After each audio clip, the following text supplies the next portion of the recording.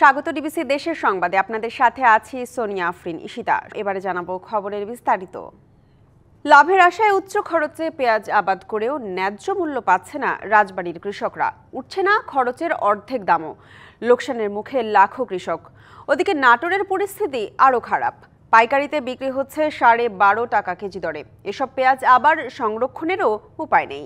একসঙ্গে সব পেঁয়াজ বাজারে আনার কারণেই দরপতন হয়েছে বলে মনে করছে কৃষি বিভাগ। চলতি বছর রাজবাড়ীতে প্রায় 37,450 হেক্টর জমিতে আবাদ হয়েছে মুড়ি কাটা ও হালি পেঁয়াজ। শ্রমে ঘামে উৎপাদিত ফসল ঘরে তুলছে কৃষক। এবছর বিঘাপতি 10 থেকে 15,000 বেড়ে উৎপাদন খরচ পড়েছে প্রায় 50,000 টাকা। আবার বীজ সমস্যার কারণে ফলনও কম হয়েছে। কৃষকের দাম বেশি এবং এই যে কাটানে খরচ বেশি, এগুলো তো মনে করেন যে গৃহস্থর লাভ থাকে না। এবার ফলন তো বেশি ভালো হয় নাই এবং দামও কম। উৎপাদন খরচ বাড়লেও প্রত্যাশিত মূল্য পাচ্ছে না চাষি। বাইরে থেকে না আমদানি করলে আমাদের এই পিসগুলো আমরা ভালো একটা মূল্যায়ন পাই। কৃষি বিভাগ বলছে মৌসুমে পেঁয়াজ আমদানির সম্ভাবনা নেই। এবার আমরা আশা করি যে পেঁয়াজ উৎপাদন পিরিয়ডে কোনো প্রকারের পেঁয়াজ আমদানি হবে না। তারা ধীরে ধীরে পেঁয়াজটা সংরক্ষণের মাধ্যমে ধীরে ধীরে বাজারজাত করলে পরে পেঁয়াজের দাম পেয়ে যাবে এবং সংরক্ষণের দিক দিয়ে প্রযুক্তি নিয়ে আমরা কাজ করছি। বিশেষ করে নাটোরের বাজারগুলোও পেঁয়াজে ভরপুর, তবে ধস নেমেছে দামে। নলডাঙ্গা হাটে প্রতিমণ বিক্রি হচ্ছে 500 থেকে 800 টাকা দরে। কৃষক বলছে এ পেঁয়াজ সংরক্ষণের উপায় নেই। দাম না বাড়লে লোকসান গুনতে হবে তাদের। পেঁয়াজের বাজার 500, 600, 700 এরকম দাম হলে কৃষক কিভাবে বাঁচবে বলেন? খরচা হিসাবে, লেবার কাস্ট হিসাবে টাকা উঠবে না। রাত্রে যদি আমরা নিয়ে যাই সকালবেলা দেখাতে মুখ পচে যায়, ওই জন্য এটা চাহিদা কম। ব্যবসায়ীরা বলছেন প্রতিদিনই দাম কমছে। অস্থির বাজারে তাদেরও লাভ হচ্ছে কম। ব্যবসায়ীরা যে এত কম দামে মাল কিনতেছে, তারপরেও তারা বাজারে তারাও লস খাচ্ছে। পেঁয়াজটা যদি আলুর মতো রাখা যেত স্টোরে মরে, তাহলে কৃষক এভাবে লস খাইতো না। দরপতনের একটা ব্যাখ্যাও দিলেন কৃষি বিভাগ। প্রাকৃতিক দুর্যোগ এবং কোনো রোগবালাই না থাকায় আমাদের পেঁয়াজের উৎপাদনটাও হেক্টর প্রতি বেড়েছে, যার কারণে পেঁয়াজের সরবরাহ বেড়েছে এবং সে কারণেই বাজারে আসলে পেঁয়াজের দামটা একটু কমে গেছে।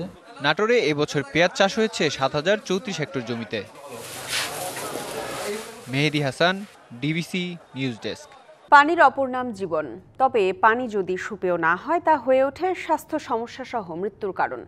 বিশ্ব স্বাস্থ্য সংস্থার তথ্য মতে বিশ্বের মোট জনসংখ্যার 26% সুপেয় পানির সংকটে। বাংলাদেশের 41% মানুষ নিরাপদ পানির সুবিধা পায় না। জলবায়ু পরিবর্তন ও প্রাকৃতিক দুর্যোগের সংকট বেশি উপকূলীয় জেলাগুলোতে। অনিরাপদ পানি ব্যবহার করে আক্রান্ত হচ্ছেন নানা রোগে। এই চিত্র দেশের উপকূলীয় জেলা খুলনার কয়রা উপজেলার। শুকনো মৌসুমের শুরুতেই সুপেয় পানির তীব্র সংকট। কয়েক কিলোমিটার পথ পাড়ি দিয়ে খাবার পানি সংগ্রহ করছেন বাসিন্দারা। আমরা আসছি মাদারবাড়ি থেকে, এখান থেকে মাদারবাড়ি 2 কিলো দূর। আমাদের খাবার পানি নেওয়ার জন্য এখানে আসতে হয়। পানির খুব কষ্ট। দক্ষিণ অঞ্চলে আর নেই কোনো জায়গায় পানি। তুমি কয়রা থানার মধ্যে আর পানি নেই, আর এই পুকুরের পানি দোকান ছাড়া। শুধু কয়রা নয়, শুষ্ক মৌসুমে খুলনা, সাতক্ষীরা, বাগেরহাট সহ উপকূলীয় জেলাগুলোতেও এ সংকট নিত্যদিনের। চারিদিকে নদীখাল থাকলেও নেই পানযোগ্য জল। লোনা পানি এসে গ্রাস করেছে সুপেয় পানির উৎসগুলো। বৃষ্টির পানিতে বছরে 6 মাস কাটলেও বাকি সময় খাবারের পানির জন্য যুদ্ধ করতে হয় বাসিন্দাদের। কষ্ট, খুব বিশাল কষ্ট। তাই বিকালবেলা আমরা রান্না করবো, পানি নিতে আসবো, পানি নিতে এসে সবাই সাথে গন্ডগোল করতে হয়। আমি পাশের গ্রামের থেকে এখানে পানি নিতে আসি, তারপরেও কোনো সময় ফিল্টারে জল পড়ে না, এই একটা অসুবিধা হয়। পাশের গ্রাম থেকে পানি নিতে আসতে হয়, অনেক দূরের পথ, তারপরেও না আসলেও কোনো উপায় নেই। জলবায়ু পরিবর্তন, জলাধার দখল, ভরাট ও ভূগর্ভস্থ পানির স্তর নিচে নেমে যাওয়ায় এ সংকট বলছেন পরিবেশবিদরা। আমাদের যেখানে নগরায়নটা হচ্ছে, নগরায়নটা যে কতটা পরিকল্পিত হচ্ছে সেটা বলা যাচ্ছে না। কারণ হচ্ছে গিয়ে যে আমরা কংক্রিট দিয়ে ঢেকে ফেলছি, পানি ভূগর্ভস্থে পৌঁছাতে পারছে না সেভাবে, অ্যাকুইফার রিচার্জটা সেভাবে হচ্ছে না। এটা একটা জিনিস ঘটছে। সংকট সমাধানে পানি ব্যবহারের নীতিমালা ও জলাধার দখলমুক্ত করার দাবি পরিবেশবাদীদের। সরকারের খুবই কঠোর মনোভাব নিয়ে এর বিরুদ্ধে ব্যবস্থা গ্রহণ করতে হবে।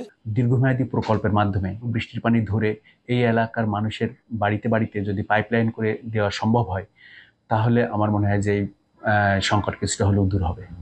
উপকূলের বাসিন্দাদের সুপেয় পানি সরবরাহে নানা পদক্ষেপ নেওয়ার কথা জানিয়েছে প্রশাসন। ইতিমধ্যেই আমরা প্রকল্প হাতে নিয়েছি, বিভিন্ন ধরনের প্রকল্প। এই প্রকল্পের মাধ্যমে আমরা ভবিষ্যতে আমরা পানির সমস্যার সমাধান করতে পারবো। সুপেয় পানি সরবরাহ নিশ্চিত করতে কার্যকর প্রকল্প বাস্তবায়নের তাগিদ উপকূলবাসীর। Khalid Hasan, DBC news desk. কিশোরগঞ্জের শ্রীনগর ইউনিয়ন পরিষদের নেই নিজস্ব কোনো ভবন। নির্বাচনে যে এলাকার চেয়ারম্যান জয়ী হন সেখানেই অস্থায়ী পরিষদ বানিয়ে অফিস করেন।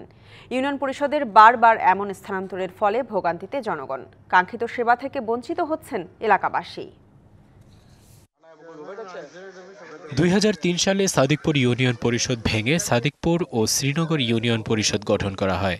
এরপরে শ্রীনগরে প্রথম চেয়ারম্যান নির্বাচিত হন মোহাম্মদ ওসমান গনি। কার্যক্রম পরিচালনা করেন স্থানীয় একটি বাজারের অস্থায়ী অফিস থেকে। এরপর ইউপি চেয়ারম্যান পদে ক্ষমতার পালাবদল হয়েছে অনেকবার। সবাই ইউনিয়নের বিভিন্ন এলাকা থেকে সরকারি অর্থায়নে অফিস কার্যক্রম চালান। প্রতিবার এমন স্থানান্তরের ফলে ইউনিয়ন পরিষদ সেবা নিতে ভোগান্তিতে পড়েন এলাকাবাসী। অনেকে এখানে এসে ঘুরেও যা যে ইউনিয়ন পরিষদ তো শ্রীনগর পুরান বাজার। কিছু কিছু চেয়ারম্যান কিছুদিন কাজ করার পর যার যার মন করার মতো অন্যখানে বাড়িতে একটা পকেট অফিস তৈরি করছে। স্থায়ী ভবনের দাবি ইউপি সদস্যের। তো ওইখানে একটি মাত্র রুম বিদায়, এখানে কিন্তু এগুলা করা কার্যক্রম চালিয়ে যাওয়া কোনোভাবেই সম্ভব ছিল না, যে কারণে আমার অস্থায়ীভাবে এই কার্যালয় করতে হয়েছে। ঊর্ধ্বতন কর্তৃপক্ষের নির্দেশনা পেলে ব্যবস্থা নেওয়ার আশ্বাস উপজেলা নির্বাহী কর্মকর্তার। সেখানে আমাদের পরবর্তীতে যদি আমরা উপযুক্ত জায়গা নির্ধারণ করতে পারি তাহলে আমাদের জায়গা থেকে যাতে সরকারিভাবে ইউনিয়ন পরিষদ ভবনটি নির্মাণ করা সম্ভব হয় সে ব্যাপারে আমরা ঊর্ধ্বতন কর্তৃপক্ষের নির্দেশনা মোতাবেক সর্বাত্মক সহযোগিতা করব। সেবা প্রাপ্তি সহজ হবে এমন একটি স্থানে স্থায়ী পরিষদ ভবনের নির্মাণের দাবি স্থানীয়দের।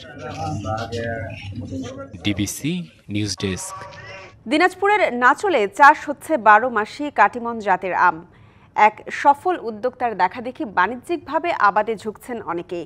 রোজায় এই আমের চাহিদা ব্যাপক। বাগান থেকেই বিক্রি হচ্ছে 250 থেকে 350 টাকা কেজি। অসময়ে গাছে গাছে ঝুলছে আম, আবার একই গাছে ধরেছে মুকুলও। বাণিজ্যিকভাবে 12 মাসি কাটিমন জাতের এই আমের চাষ শুরু করেছেন চাঁপাইনবাবগঞ্জের নাচল এলাইপুরের রুবেল হক। 5 বছর আগে প্রায় 20 বিঘা জমিতে বাগান গড়েন এই উদ্যোক্তা। রোজা ঘিরে 4 মাস আগে পরিচর্যা শুরু করেন রুবেল। এরই মধ্যে শুরু হয়েছে আম সংগ্রহ। বাগান থেকে মানভেদে বিক্রি হচ্ছে 250 থেকে 350 টাকা কেজি। কাটিমন আম আমি গত 5 বছর থেকে আপনার বাণিজ্যিকভাবে চাষ করছি। 10-15 লাখ টাকা এই সিজনে আমার লাভ হবে। বছরে হিসাব করতে যায় আমার প্রায় 20 বিঘাতে আপনার 30 লক্ষ টাকা মতো লাভ আসছে। তবে আমরা একটু বাইরে রপ্তানি যদি করার কোনো ব্যবস্থা করতে পারি তাহলে আমরা সবচেয়ে লাভবান বেশি হব ইনশাল্লাহ। ব্যবসায়ীরা বলছেন অসময়ে ফলন হলেও এই আমের স্বাদ বেশ, তাই চাহিদাও ভালো। বাজারে যে চাহিদা আপনার বড় আমের, এখানে এসেই দেখা গেল যে আম বড় আছে। এই আমগুলো খেতে খুব সুস্বাদ লাগে এবং মজাদার। মানুষের মধ্যে সারা অনেক আছে, এই আমের চাহিদা অনেক। বাগানের আপনার আমটাও ভালো, আমটা ফ্রেশও থাকে আর আমগুলা লাভও হয় আমাদের। কাটিমন জাতের আমের ভালো ফলন ও ন্যায্য মূল্য নিশ্চিতে চাষিদের সহায়তা করছে কৃষি বিভাগ। এটি বর্তমানে আমাদের দেশে ব্যাপকভাবে চাহিদা রয়েছে। তবে উৎপাদন যদি আমরা বেশি করতে পারি, সরকার এটি প্রয়োজনে বিদেশে রপ্তানি করার সুযোগ তৈরি হবে। ভালো লাভ হওয়ায় রুবেল হকের মতো অনেকেই কাটিমন আমের বাণিজ্যিক চাষ শুরু করেছেন নাচল উপজেলায়। DBC news desk. সিলেটের ঈদ বাজার জমে উঠেছে পুরোপুরি। দম ফেলারও সময় নেই বিক্রেতাদের। নানা বয়সী ক্রেতার আনাগোনায় মুখরিত বাজার ও শপিং মল। যদিও পণ্যের বাড়তি দাম নিয়ে ক্রেতাদের মাঝে কিছুটা হতাশা থাকলেও চাঁদ রাত পর্যন্ত জমজমাট ব্যবসার প্রত্যাশা ব্যবসায়ীদের। প্রশাসন বলছে ঈদ আনন্দ নির্বিঘ্ন করতে যথেষ্ট প্রস্তুতি নেওয়া হয়েছে। সিলেটের অভিজাত শপিং মল কিংবা সাদামাটার দোকানপাট, কোথাও ব্যস্ততার কমতি নেই। শহরের পাশাপাশি দূর দূরান্তের ক্রেতারাও আসছেন পরিবার পরিজন নিয়ে। ঈদ উপলক্ষে শপিং মলগুলোতে দেখা যাচ্ছে বাহারি সাজসজ্জাও। নারী পুরুষ কিংবা শিশু, পোশাক, প্রসাধনী ও ফুটওয়্যারের দোকানে হুমড়ি খেয়ে পড়ছেন ক্রেতারা। সাধ্যের মধ্যে কিনছেন সেরা পণ্য। তবে পণ্যের মানকে প্রাধান্য দিলেও দাম বেশি বলছেন ক্রেতারা। বাজার তো জমজমাট, প্রাইসও জমজমাট, দামেও সেরা, আবার জমজমাটেও সেরা। আর আমি দেখতেছি এখনো সবকিছু এখনো দেখা হয় নাই, যদি ভালো লাগে তাহলে কিনবো। বিক্রেতারা বলছেন এবার ভারতীয় পোশাকের পাশাপাশি বেড়েছে পাকিস্তানি ড্রেসের কদর। পোশাক প্রসাধনী দুটিরই কালেকশন বেশি। প্রত্যাশা অনুযায়ী তাই বিক্রির আশাও করছেন ব্যবসায়ীরা। 10 রোজার পর থেকে একটু ভিড় আনাগোনা কাস্টমারদের আনাগোনা হয়েছে, হ্যাঁ, আর সেল ভালোই হচ্ছে, খারাপ না। এবার বেশিরভাগ পাকিস্তানি ড্রেসেস চাইতেছে, 3 পিস চাইতেছে, অনেক ওয়েস্টার্ন চাচ্ছে, সো ওইগুলোই দিতে হচ্ছে। এদিকে প্রায় ভোর পর্যন্ত ক্রেতাদের ভিড় থাকায় সার্বিক নিরাপত্তা নিয়ে বাড়তি আয়োজন রেখেছে কর্তৃপক্ষ। সবাই আসলে নিরাপদে শপিং করবে, এইটার জন্য আসলে আমাদের অনেকগুলা পদক্ষেপ আমরা নিছি। আমাদের সিকিউরিটি ব্যবস্থা, পুলিশ প্রশাসনের টিম থাকতেছে আমাদের কুমারপাড়ায়। তো আশা করি নিরাপত্তার মধ্যে থেকেই সবাই শপিং করতে পারবে। সার্বিক নিরাপত্তা নিশ্চিতে মাঠে আছে আইন শৃঙ্খলা বাহিনীর সদস্যরাও। ঈদ শপিংকে কেন্দ্র করে সিলেটের মার্কেট কিংবা শপিং মলগুলো যেন এক পারিবারিক মিলন মেলায় পরিণত হয়।